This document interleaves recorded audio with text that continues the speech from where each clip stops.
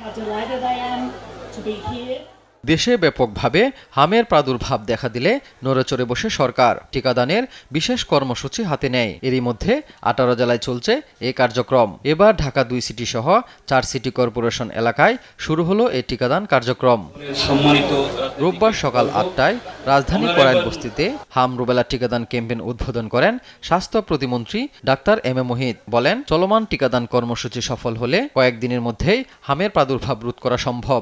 অন্তত পক্ষে প্রতি 100টি ওই বয়সী শিশুর মধ্যে যদি আমরা 95 জনকে অন্তত পক্ষে এই টিকার আওতায় না আনতে পারি, তাহলে কিন্তু সকল শিশু ভালো থাকবে না। এদিকে বেলা 12টায় খিলগাঁও তিলপাপাড়া হাম প্রতিরোধ টিকাদান কর্মসূচি উদ্বোধন করেন সড়ক পরিবহন ও সেতু প্রতিমন্ত্রী হাবিবুর রশিদ। 1.5 যুগ ধরে ভালোবাসার নিড়ে এসিআই পিওর সল্ট।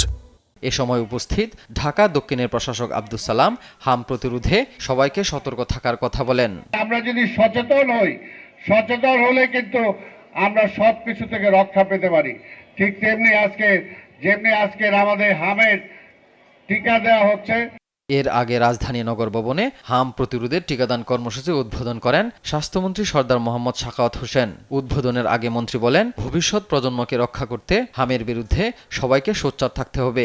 বাট আজকে কিন্তু আমরা সবচেয়ে ডেন্সলি এরিয়াটা শুরু করতে যাচ্ছি, that is Dhaka city corporation, Mymensingh city corporation and Barishal city corporation. আমি অনুরোধ করব যাতে আমাদের এই 6 months to 5 years গ্রুপের বাচ্চারা ইচ অ্যান্ড এভরি বেবি যেন আমাদের টিকাদান কর্মসূচির আওতায় আসে।